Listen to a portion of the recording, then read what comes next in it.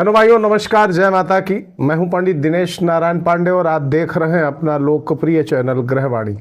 आप सभी का हार्दिक अभिनंदन करता हूं, स्वागत करता हूं, आभार व्यक्त करता हूं। अपना कीमती समय निकाल करके मेरे वीडियो में आप मेरे सामने हैं। बहनों भाइयों, राहु, केतु और शनि, इन तीनों ग्रहों के गोचर की श्रृंखला पूरी हो चुकी है 2025 की, और आज से एक नई श्रृंखला प्रारंभ होने जा रही है देवगुरु बृहस्पति के गोचर की 2025 में। वस्तुतः ये देवगुरु बृहस्पति का जो गोचर है ये 14 मई से प्रारंभ होगा मिथुन राशि पर, और उसके बाद ये गोचर चलेगा जून 2026 तक। इसी गोचर के दौरान देवगुरु बृहस्पति अतिचारी भी होंगे, और अतिचारी होकर के अगली राशि कर्क पे जाएंगे अपनी उच्च राशि पर, और साल के अंदर ही पुनः वापस हो जाएंगे अपनी पुरानी राशि यानी मिथुन पर। देवगुरु बृहस्पति बीच में वक्री भी होंगे। 11 नवंबर 2025 से लेकर के 11 मार्च 2026 तक की अवधि में ये गोचरस्थ अवस्था में वक्री होंगे। अब वक्री गुरु का जो प्रभाव है वो एक अलग वीडियो में बताऊंगा। अभी सामान्यतः देवगुरु बृहस्पति के गोचर की ही चर्चा करूंगा। मिथुन राशि और कर्क राशि के दौरान, गोचर के दौरान ये किस तरीके के रिजल्ट देंगे, आज के एपिसोड में चर्चा है मेष राशि पर। मेष राशि पर देवगुरु बृहस्पति के गोचर का क्या परिणाम मिलेगा इन लोगों को, इसी पर चर्चा होगी। अगर आप मेष राशि के व्यक्ति हैं या आपके जन्म की लग्न मेष राशि की है तो भी आप इस वीडियो को देख सकते हैं। इस वीडियो की खासियत बहनों भाइयों ये है कि इसमें मेष राशि की तो चर्चा होगी ही होगी। आपकी कोई भी लग्न हो मेष से लेकर के मीन तक, तो आपके ऊपर सीधा उसका क्या प्रभाव पड़ेगा इसकी चर्चा विशेष रूप से होगी। ये जो वीडियो है दो भागों में है। पहले भाग में 14 मई तक की स्थिति की चर्चा है, और उसके बाद 5 दिसंबर 14 मई से 18 अक्टूबर तक की अवधि की, उसके बाद 5 दिसंबर से लेकर के वर्षांत तक की, और 18 अक्टूबर से लेकर के 5 दिसंबर के मध्य की, जब ये अपनी उच्च राशि कर्क में गोचर करेंगे, उसकी चर्चा होगी। तो यहाँ पर ये वीडियो बड़ा महत्वपूर्ण होने वाला है। अप टू डेट जानकारियाँ मिलने वाली हैं। ये वीडियो इसलिए भी खास है क्योंकि इसमें आपके जन्म नक्षत्र की भी चर्चा है। आपके जन्म नक्षत्र के आधार पर देवगुरु बृहस्पति का गोचर किस तरीके के परिणाम आपको देगा। नक्षत्र का जो गोचर होता है ये प्रायः बड़ा सटीक होता है। उसकी चर्चा बिल्कुल लास्ट में करूंगा, तो ये वीडियो में बने रहिएगा अगर आप मेष राशि के व्यक्ति हैं या मेष लग्न है आपकी। सबसे पहले गोचरस्थ व्यवस्थाएं देख लेते हैं। 1 मई 2024 जब देवगुरु बृहस्पति वृषभ राशि में गोचर किए थे दोपहर 1 बजे, और इस वर्ष 2025 में 14 मई को ये गोचर करेंगे मिथुन राशि में रात्रि में 10:35 पर, और 18 अक्टूबर 2025 को देवगुरु अतिचारी होकर के अगली राशि कर्क, जो इनकी उच्च राशि है, वहां पर गोचर करेंगे शाम को 7:51 पर। 11 नवंबर 2025 को रात्रि में 10:10 पर ये वक्री हो जाएंगे, और 5 दिसंबर 2025 को शाम के 5:24 पर वक्री गति से ही अपनी पिछली राशि यानी मिथुन राशि पर आ जाएंगे। 11 मार्च 2026 को ये मार्गी हो जाएंगे, और 2 जून 2026 को ये पुनः अगली राशि कर्क में प्रवेश करेंगे। ये टोटल गोचर है 2025 और 2026 तक की अवधि का जून 2026 तक की अवधि का। तो आइए सबसे पहले बात कर लेते हैं 14 मई 2025 तक की अवधि, जब ये वृषभ राशि में गोचर कर रहे हैं और ये पिछले वर्ष से गोचर कर रहे हैं। तो कुछ परिणाम आपको रिलेट करते हुए महसूस होंगे, क्योंकि पिछले कालखंड को आप भोग करके आए हैं।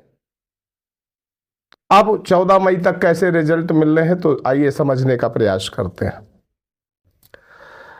देवगुरु बृहस्पति का जो गोचर पिछली दफे हुआ था, ये तांबे के पैरों से हुआ था। अब तांबे के पैरों से जब भी किसी भी ग्रह का संक्रमण होता है, ट्रांजिट होता है, तो फाइनेंशियल स्थिति पर कोई खास फर्क नहीं पड़ता, कैरियर पर कोई खास फर्क नहीं पड़ता है। आपकी वृद्धि होती है, आपकी उन्नति होती है, चाहे वो आपके किसी भी जीवन का कोई भी क्षेत्र हो, हर जगह सर्वांगीण उन्नति होती है, तरक्की होती है। आपके व्यापार में, आपके कार्य क्षेत्र में भी तरक्की के अवसर आते हैं। अब बहनों भाइयों, ये जो देवगुरु बृहस्पति का गोचर था, ये इनकी अपनी शत्रु राशि पर था।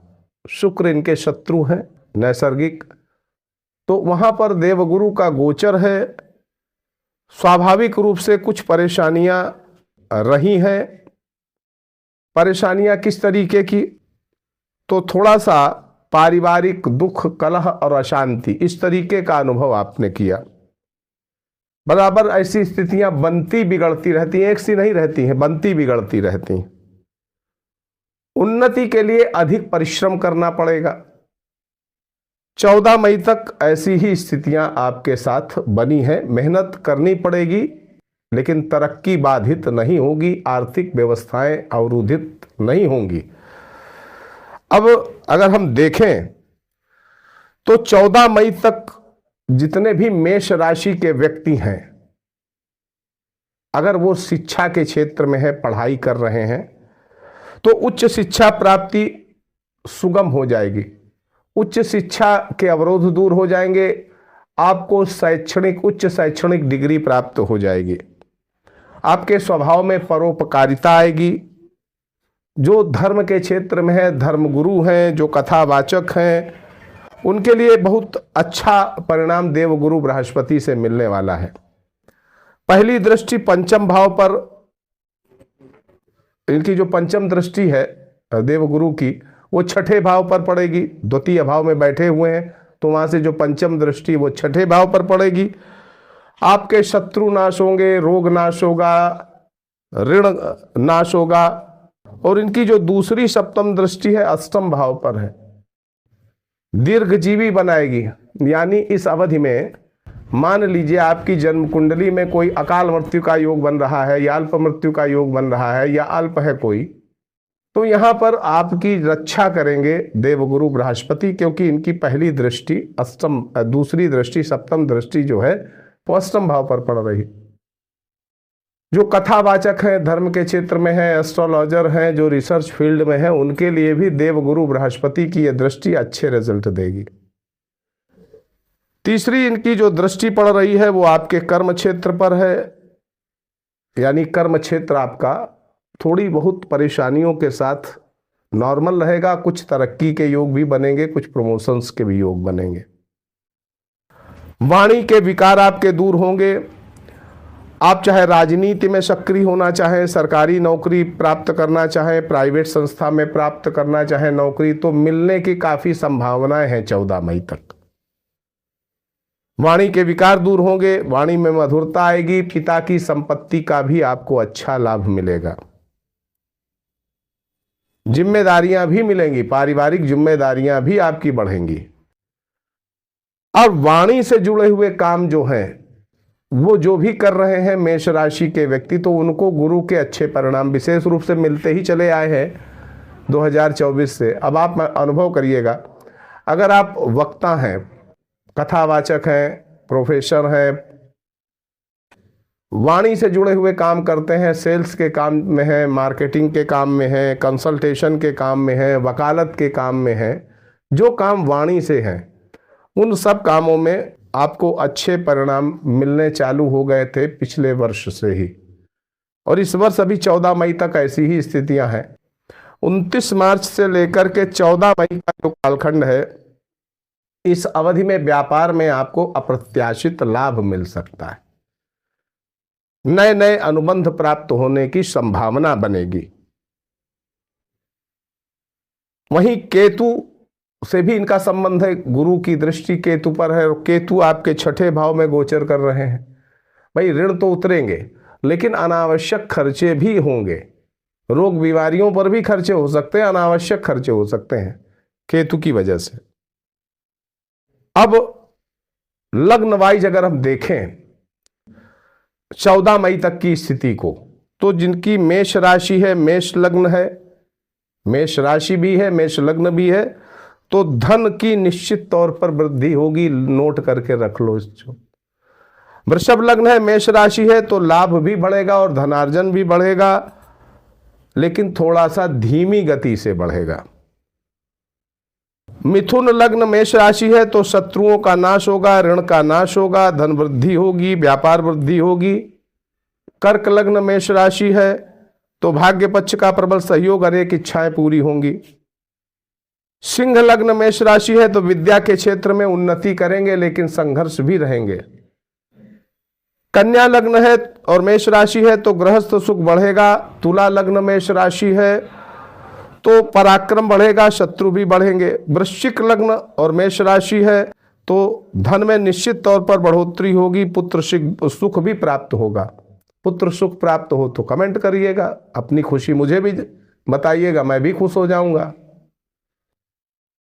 धनु लग्न है और मेष राशि है, तो आपका ऐश्वर्य बढ़ेगा 14 मई तक की अवधि में, भौतिक सुख संसाधन बढ़ेंगे। मकर लग्न और मेष राशि है, तो पराक्रम और खर्चे दोनों बढ़ेंगे। कुंभ लग्न मेष राशि है, तो धन वृद्धि होगी, सेविंग भी होगी और निश्चित तौर पर आपका धनार्जन भी बढ़ेगा। मीन लग्न मेष राशि है, तो निश्चित तौर पर उन्नति होगी। सरकारी क्षेत्र या ठेकेदारी के काम में है तो लाभ विशेष रूप से आपको मिलेंगे। अब 14 मई से लेकर के आगे 18 अक्टूबर तक की अवधि में जब ये मिथुन राशि में गोचर करेंगे, देवगुरु बृहस्पति आपके तृतीय भाव में, और 5 दिसंबर के बाद फिर ये मिथुन राशि में ही आ जाएंगे। बीच में 18 अक्टूबर से 5 दिसंबर तक ये कर्क राशि में रहेंगे। तो 14 मई से 18 अक्टूबर, 5 दिसंबर से लेकर के 2026 जून 2 जून 2026 की अवधि का अगर हम देखें तो तृतीय भाव मेष राशि में देवगुरु बृहस्पति आपके गोचर करेंगे। अनेक शुभ फलों में कमी इस वजह से आएगी क्योंकि यहां पर इनका गोचर लोहे के पैरों से है, तो शुभ फल थोड़े से कम हो जाएंगे। लेकिन 5 दिसंबर के बाद अच्छे रिजल्ट मिलने में कमी नहीं होगी। 5 दिसंबर से 2026 में जून तक पारिवारिक तनाव, जरा सी गलती से मान सम्मान और धन हानि संभव है। आर्थिक दृष्टि से देवगुरु बृहस्पति आपकी तरक्की की ओर लेके जाएंगे, तरक्की के रास्ते खोलेंगे, लेकिन जरा सी गलती से आर्थिक हानि, धन हानि और मान सम्मान की हानि हो सकती है। वहीं पर देखें तो स्वास्थ्य आपका उत्तम रहेगा, मान सम्मान पर प्रतिष्ठा बढ़ेगी, धन ऐश्वर्य बढ़ेगा, आत्मबल बढ़ेगा, पराक्रम बढ़ेगा।